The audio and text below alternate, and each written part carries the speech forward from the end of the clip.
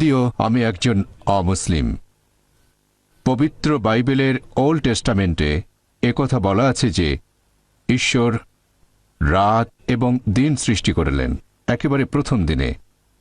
তারপরে ঈশ্বর সৃষ্টি করলেন সূর্য এবং চাঁদ। সূর্য যদি না থাকে তাহলে দিন আর রাত কিভাবে আসবে? একইভাবে পবিত্র কোরআনে বলা হয়েছে যে সূর্য পৃথিবীর চারপাশে ঘুরে। এটা আছে 21 অধ্যায়ের 22 নম্বর আয়াতে। কোরআনে যে ঈশ্বর বিশ্বজগৎকে নিয়ন্ত্রণ করে, আমার সন্দেহ হচ্ছে ঈশ্বর কি বিশ্বজগৎ সৃষ্টির সময় কোনো রকম ভুল করেছিলেন? আর আমার মতে পবিত্র বাইবেল আর কোরআনের এই কথাগুলো আধুনিক বিজ্ঞানের বিরুদ্ধে। একটু ব্যাখ্যা করেন ভাই। আপনার নামটা বলবেন, আর কোরআনের ব্যাপারে যেটা বললেন আমি ঠিকমতো শুনতে পাইনি। প্রথমে আপনার নাম, আর কোরআন যে কথাটা বলছে যে সূর্য, কোরআনের সূরা নম্বর 6 নম্বর সূরা কি সূর্য প্রদক্ষিণ করে? আপনি বললেন 21-22 অধ্যায় 21 আয়াত 22 অধ্যায় নম্বর 21 আয়াত 22 যে সূর্য প্রদক্ষিণ করে। না, সম্ভবত এটা 6 নম্বর সূরাতে। আচ্ছা, তবে 21 নম্বর অধ্যায়ের 22 নম্বর আয়াত বলছে ঈশ্বর বিশ্বজগৎ নিয়ন্ত্রণ করেন। হ্যাঁ, আপনার মতে এটা বিজ্ঞানের বিপক্ষে যায়। হ্যাঁ ভাই, আপনি প্রশ্ন করলেন, বললেন যে খ্রিস্টানদের বাইবেল পড়েছেন আর বাইবেলের কয়েকটা অনুচ্ছেদ উল্লেখ করলেন। এরপর কোরআনের ব্যাপারে রেফারেন্সটা আপনি বলেননি। বললেন বাইবেলে আছে ঈশ্বর প্রথম দিনে সৃষ্টি করলেন দিবস এবং রাত্রি। আপনি যেটা বলেছেন সেটা আছে বাইবেলের প্রথম বইতে, বুক অব জেনেসিস অধ্যায় 1 অনুচ্ছেদ 3। হ্যাঁ, বলা হয়েছে সর্বশক্তিমান ঈশ্বর দিবস এবং রাত্রি সৃষ্টি করেছেন একেবারে প্রথম দিনে। এরপর আপনারা আরো দেখবেন জেনেসিস অধ্যায় 1 অনুচ্ছেদ নাম্বার 13 থেকে 19 বলা হয়েছে যে ঈশ্বর সূর্য সৃষ্টি করেছেন চতুর্থ দিনে। আমি রেফারেন্সগুলো বলছি। এটা কি বিজ্ঞানের বিপক্ষে যায় না? আমি আপনার সঙ্গে একমত, এটা বিজ্ঞানের বিরুদ্ধে। আমি একটা ডিবেট করেছিলাম ডক্টর উইলিয়াম ক্যাম্বেলের সাথে আমেরিকায়। ডক্টর উইলিয়াম ক্যাম্বেল একজন মিশনারি আর মেডিকেল ডাক্তার, কোরআনের বিরুদ্ধে বই লিখে ডক্টরেট ডিগ্রি পেয়েছেন। আর সেই ডিবেটের topic Quran, Bible and modern science. সেখানে আমি এই প্রশ্নটা করেছিলাম, তিনি উত্তর দিতে পারেননি।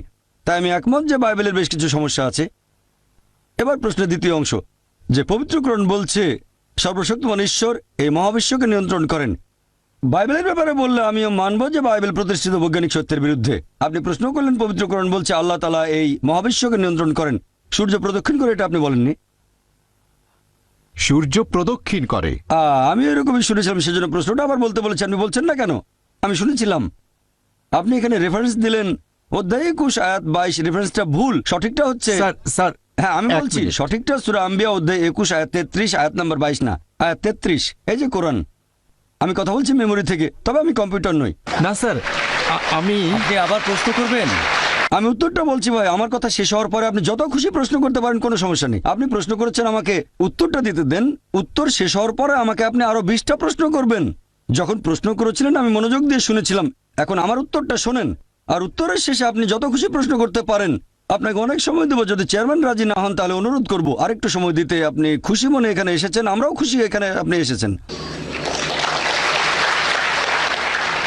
আপনি বললেন পবিত্র কোরআন বলছে সূরা আম্বিয়া অধ্যায় 21 আয়াত নাম্বার 22 আসলে 33 যে সূর্য প্রদক্ষিণ করে। এটা পবিত্র কোরআনে আছে। সূরা আম্বিয়া অধ্যায় 21 আয়াত 33 বলা হয়েছে হুয়াল্লাযী খালাকাল লাইলা ওয়ান নাহারা, আল্লাহ তাআলা সৃষ্টি করেছেন দিন এবং রাত, ওয়াশ-শামস ওয়াল কামার, সূর্য এবং চন্দ্র। কুল্লুন ফি ফালাকি ইয়াসবাহুন, প্রত্যেকে নিজস্ব গতিতে নিজকে চারপাশে বিচরণ করছে। আর তাসলিমা নাসরিনও এই ভুলটার কথা উল্লেখ করেছিল। আপনারা চেনেন, নাম শুনেছেন? বাংলাদেশের সে বলেছিল একটা বই যদি বিশ্বাস করে সূর্য পৃথিবী চারপাশে ঘোরে তাহলে আমরা কিভাবে উন্নতি করব, মানে কোরআনের কথা বদলাতে হবে। নাউজুবিল্লাহ।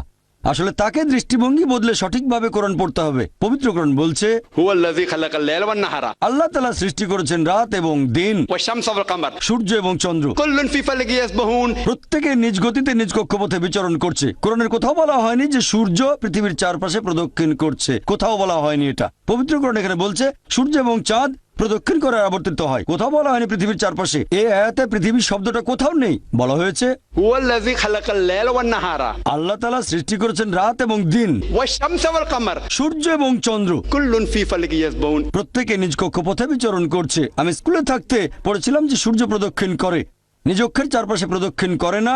সূর্য মহাবিশ্বে প্রদক্ষিণ করে, পুরো সৌরজগৎ প্রদক্ষিণ করে। আমি স্কুল পাশ করেছি 1982 সালে। স্কুলে পড়েছিলাম সূর্য নিজের চারপাশে আবর্তন করে না, কিন্তু কোরআনের আয়াত বলছে এখানে আরবি শব্দ ইয়াসবাহুন এর মূল আরবি শব্দ সাবাহা, যেটা দিয়ে চলন্ত কোনো কিছুর গতিকে বোঝানো হয়।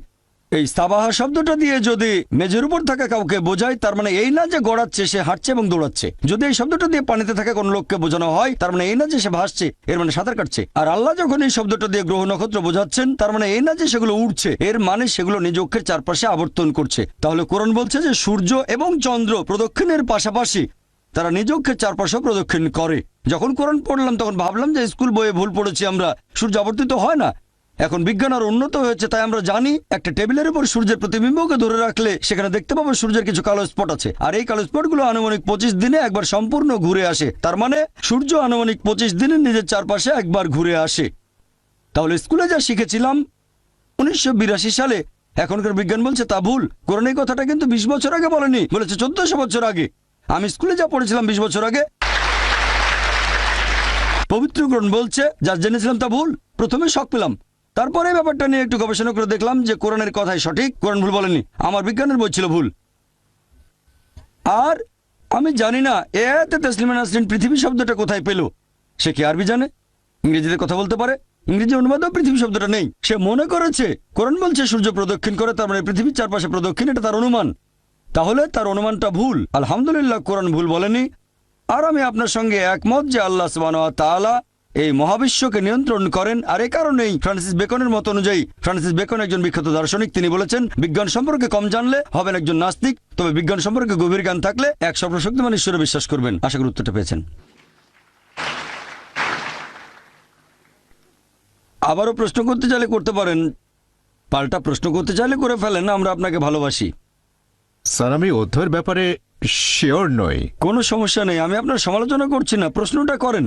আর আমি এখানে সঠিক কথাগুলো বলছি, আপনি যদি ভুল রেফারেন্স দিয়ে থাকেন তাহলে আমি সেটাকে শুধরে দেবো। বলছি না যেটা আপনাকে জানতেই হবে, আপনিও কম্পিউটার না, আমিও কম্পিউটার নই। তবে আমার মনে হয় এটা আছে 8 নম্বর সূরাতে, সম্ভবত সূর্য পৃথিবীর চারপাশে ঘুরছে। কোরআনের কোথাও এটা বলা নেই। আপনাকে আমিই বলছি যে আয়াতটা বলেছেন সেটা সূরা আম্বিয়া অধ্যায় 21 আয়াত নাম্বার 33। তসলিমা নাসরিন এটা বলেছিল, এছাড়াও ইসলামের অনেক সমালোচকও বলেছিল। অধ্যায় 8 মানে সূরা আনফালের কোথাও বলা হয়নি যে সূর্য ঘুরছে, কোন আয়াতেই বলছে না সূর্য ঘুরছে। এর কাছাকাছি যে আয়াতটা পাবেন, যদি আরবি না জানেন তাহলে কোরআনের অনুবাদ পড়েন, এটা সূরা আম্বিয়া। আপনার রেফারেন্সটা ছিল কাছাকাছি, মাত্র 11টা আয়াতের পার্থক্য। আপনার রেফারেন্সটা ছিল সঠিক, অধ্যায় নাম্বারটা সেটা 21, তবে আয়াতটা 22 নাম্বার ছিল না, সেটা ছিল 33। আপনার কাছে কোরআন আছে? না, অধ্যায় নম্বর 21 আয়াত 22, ঈশ্বর বিশ্ব জগৎকে নিয়ন্ত্রণ করেন। আচ্ছা, আরেকটা, ঈশ্বর মহাবিশ্বকে নিয়ন্ত্রণ করেন। এখন আমি আপনাকে বলি, বিজ্ঞান এখনো এতটা উন্নত হয়নি যে আল্লাহ সুবহানাহু ওয়া তাআলা সম্পর্কে কিছু জানাতে পারবে। একটা লেকচার দিয়েছিলাম, is the Quran God's word, সেখানে বৈজ্ঞানিকভাবে প্রমাণ করেছি যে আল্লাহ সুবহানাহু ওয়া তাআলা আছেন। ভলান্টিয়ারদের অনুরোধ করবো ওনাকে একটা ভিডিও ক্যাসেট দিতে। ভাই আশরাফকে অনুরোধ করছি, আপনি ভলান্টিয়ারদের বলেন আমি আপনাকে গিফট করব একটা video cassette, is the Quran God's word. সেখানে বেশ কিছু বৈজ্ঞানিক বিষয় নিয়ে আমি বলেছি, আর আমি প্রমাণ করেছি বিজ্ঞান দিয়ে যে আল্লাহ সুবহানাহু ওয়া তাআলা অবশ্যই আছেন। তাই আজকের বিজ্ঞান আর সেরা বিজ্ঞানীরা ঈশ্বরকে তারা বাদ দিচ্ছেন না, তারা ঈশ্বরের নকল রূপগুলো বাদ দিচ্ছেন। লা ইলাহা, তারা আল্লাহকে বাদ দিচ্ছেন না, বরং ঈশ্বরের নকল রূপগুলোকে তারা বাদ দিচ্ছেন। লা ইলাহা ইল্লাল্লাহ। বুঝলেন? পৃথিবীর সেরা বিজ্ঞানীরা এটা বলছেন। তারা সবাই ঈশ্বরে বিশ্বাস করেন, বেশিরভাগ, কেউ কেউ হয়তো বিশ্বাস করে না, তবে বেশিরভাগ বিজ্ঞানী মানেন একজন সৃষ্টিকর্তা অবশ্যই আছেন। বিশ্বজগৎ কিভাবে সৃষ্টি হয়েছে? বর্তমানের বিজ্ঞান আমাদের বলছে যে এই বিশ্বজগৎ কিভাবে সৃষ্টি হয়েছে। কিভাবে? বিগ ব্যাং এর মাধ্যমে, ঠিক? হ্যাঁ, খুব ভালো, বিগ ব্যাং। আর বর্তমানের বিজ্ঞান বলে যে একেবারে প্রথম দিকে ছিল বিন্দু, পুরো বিশ্বজগৎ, তারপর সবকিছু আলাদা হয়ে গেল, একটা বিস্ফোরণ, সেখান থেকে হলো গ্যালাক্সি, তারপর হলো নক্ষত্র, বিভিন্ন গ্রহ, চাঁদ, সূর্য, আমাদের এই পৃথিবী। এটাকেই বলা হয় বিগ ব্যাং। আমরা এই বিগ ব্যাং সম্পর্কে কবে জানতে পেরেছি? 20 বছর, 30 বছর, 40 বছর আগে, ঠিক? হ্যাঁ, ঠিক। আল্লাহ পবিত্র কোরআনে বলেছেন সূরা আম্বিয়া অধ্যায় নম্বর 21 আয়াত নম্বর 30, আল্লাহ 1400 বছর আগে বলেছেন, আল্লাহ বলেছেন যে অবিশ্বাসীরা কি এটা দেখে না আকাশমণ্ডলী আর পৃথিবী ওতপ্রোতভাবে মিশেছিল? অবিশ্বাসীরা কি দেখে না أن السماوات والأرض যে আকাশমণ্ডলী ও পৃথিবী মিশেছিল, আমি তাদের পৃথক করে দিলাম? তাহলে আল্লাহ বলছেন আকাশ আর পৃথিবী একসাথে ছিল, আমি তাদের আলাদা করে দিলাম। বিজ্ঞানীরা এখন এই বিগ ব্যাং সম্পর্কে বলছেন, আর কোরআন 1400 বছর আগেই সেটা সংক্ষেপে বলেছে। এ কথা কে বলতে পারেন? বিজ্ঞান তো সে সময় উন্নত ছিল না। কে? আমাদের স্রষ্টা। এভাবে পুরো একটা লেকচার দিয়েছি। আপনি আমার ভিডিও ক্যাসেট দেখেন, কোরআন অ্যান্ড মডার্ন সায়েন্স আর is the Quran God's word. ইনশাল্লাহ যদি আপনি খোলা মন নিয়ে দেখেন তাহলে আপনিও এটা মানবেন আল্লাহ একজন আর তিনি বিশ্বজগতের স্রষ্টা। ধন্যবাদ।